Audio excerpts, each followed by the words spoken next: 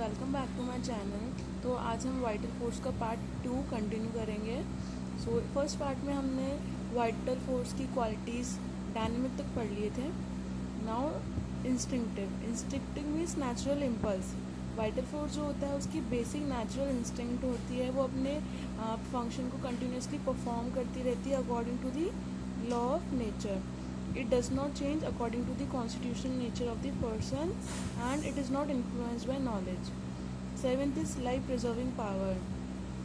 So it is a known fact that vital force जब तक हमारी बॉडी के अंदर है तब तक it is a living creature, but the moment vital force leaves the body stops functioning and it is called dead.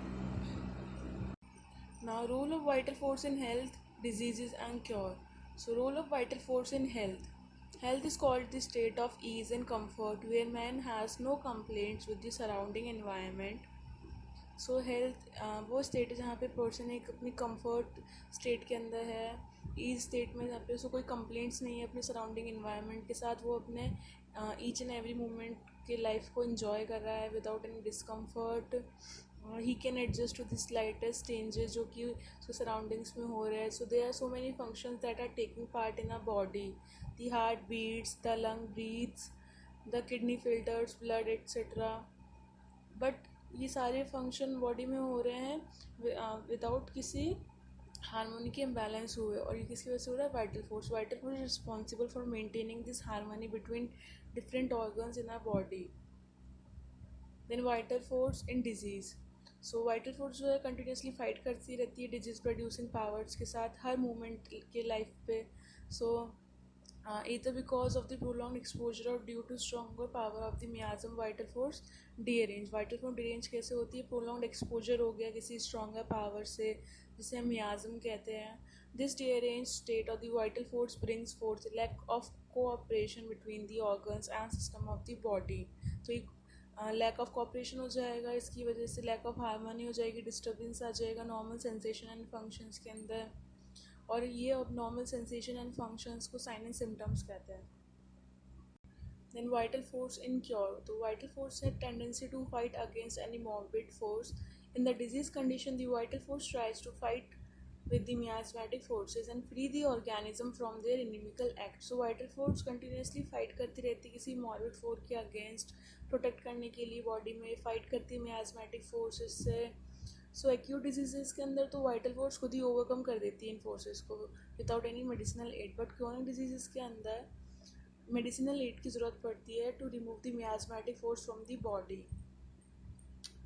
सो और है ना, हमने पढ़ा कि वाइटल फोर्स जो होती है अनइंटेलिजेंट फोर्स होती है, तो उस क्योर के प्रोसीजर में वाइटल फोर्स अपना एक पार्ट सेक्रीफाइस कर देती है. So the nature of the chronic मियाज्म is entirely different from that of the acute मियाज्म.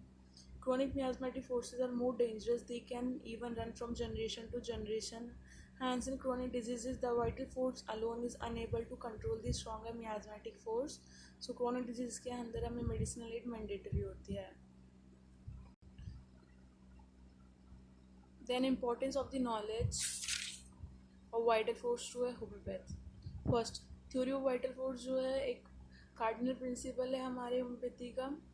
Second, homeopathy can be called as holistic or integralistic system that gives importance to both body and life force.